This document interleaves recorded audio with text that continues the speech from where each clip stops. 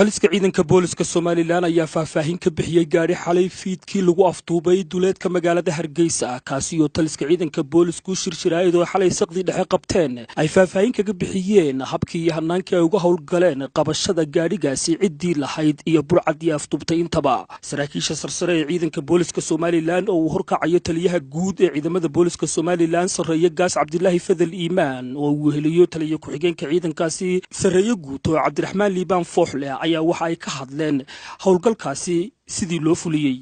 ugu horreynna taliye ku-xigeenka ciidanka booliska Soomaaliland ayaa faahfaahin ka bixiyay habkii uu u dhacay afduubka gaarigaasi taliyaha ciidanka booliska Soomaaliland Sareeye Gaas Cabdilaahi Fadal Iimaan ayaa waxa uu xusay in gaarigan oo laga afduubay duleedka magaalada Hargeysa lagu soo qabtay ku dhawaad in 10 kiiloomitir in dhinaca koonfureed ka xigta tuulada Bandarwanaag oo ku taala koonfurta magaalada Hargeysa halkaas oo iska caabin ka muujiyeen burcadu taliyaha oo arrimahaasi sharxayana waxa uu yiri sida ka warqabtaan ciidanka booliisku hadiya jeer isagoo gudanayo waajibaadkiisa qaran ee ilaalinta amniga gudaha wuxuu iskaga jiraa heegan hadiyo habeen waxa caawa dhacday abaaro 7 barkii saacadu markay ahayd ayaa geerish ku yaala agagaarka hoteelka gaari xamuula oo waaraada oo lambarkiisu yahay 17560 oo shirkadda Omar leedahay una rarnaa sidayna taarka garaydka lagu laabo ayaa koox burcada oo gaari nooha wata ay gaarigaas oo markaa Krishboog la joogo daroolkuna ka degay halka ay dhaawac u geysteen Krishboogii gaariga ka haysteen xamuulka ciidanka booliisku howlgal ballaaran ayuu galay iyagoo ka duulaya burcadaasi halkii ay gaariga ula jahada ula kaceen ciidanka booliiska ee gobolka Daadmareed oo Dadweyne ciidamada booliiska ee Cadaadley ciidamada booliiska ee Samawanaag waxaanu gulinay heegan inay jidadka galaan oo howlgalka xagga kor kaga yimaadaan halkan waxa ka baxay ciidan booliisa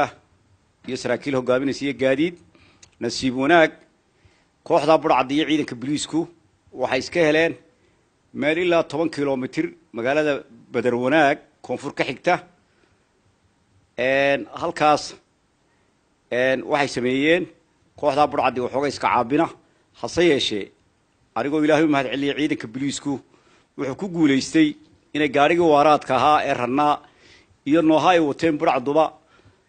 ay gacanta ku dhigaan waa habeen waa garanasaan howlgal habeen la galay xaaladiisa wax dhibaatana ilaa hadda lama sheegin eedaysanaha hogaaminayay burcadaas waxa la aqoonsaday waxa la yiraahdaa Naasir Xasan Ismaaciil ragga kale la socdayna baarista ay hadii la yiraahdo soo bixi doonaan talaabo sharciga waafaqsan waxaana la horgoyn doonaa ciidanka booliisku kama yaharin geesta kale maareeyaha guud ee shirkadda Omar oo ahayd shirkadda laga afduubay gaarigan ayaa si weyn ugu mahadnaqay habka ay ciidanku hadiyo jeer heeganka ugu yihiin sugidda amniga isla markaana saacado kooban gudahood ay ugu soo qabteen faldambiyeedka ciddii geysatay iyo gaarigoogii la afduubay intaba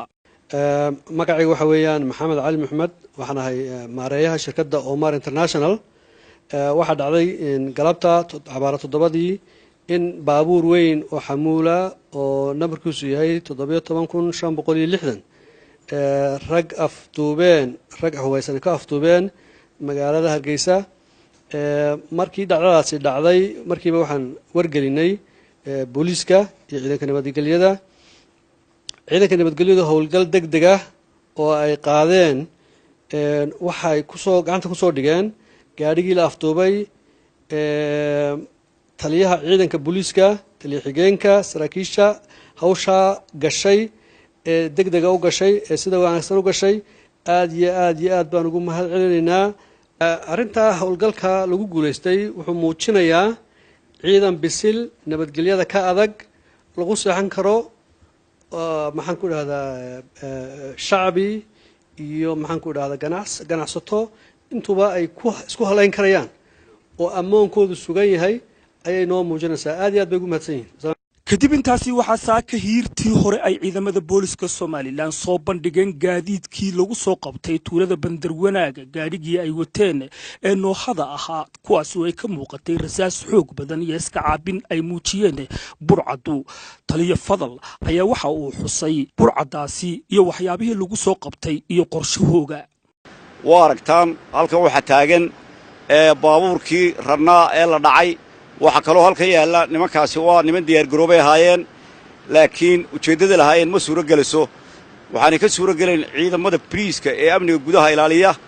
oo mar walba ilaahay tala saaranaya shacabkoodana adeegsanaya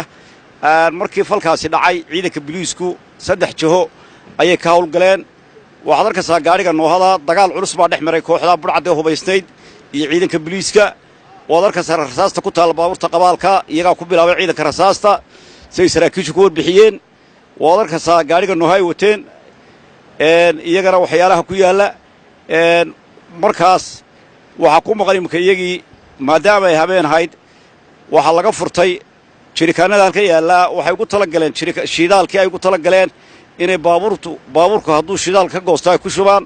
moobilada halka yaalla kabahay ka carareen waa u jeedaan waxaan shacabka reer Soomaaliland u sheegaynaa cid kasta oo dareen ka galo inay ciidanka boliiska ku soo wargeliyaan waxa diyaar garowgooda waxaad arkaysaa gaadhiga noohada ay wateen dhowr jiho ayay ciidanka rasaasta kaga soo ridayeen sida saraakiishu caddeeyeen hase yeeshee ujeeddada lahaayeen may suuro gelin xog ku helay in ninkan burcadda hogaaminaya uu yahay nin horena gaadhi jidka barbara baabuur uga dhacay oo hore xukun ugu dhacay waana habijawal waa caadayste waxaana ciidanka boliisku ay ku guda jiraan sidii gacanta loogu soo dhigi lahaa وحسن إسماعيل محمد تلفزيون قرية الصوماليلان مقالة هرقيسة.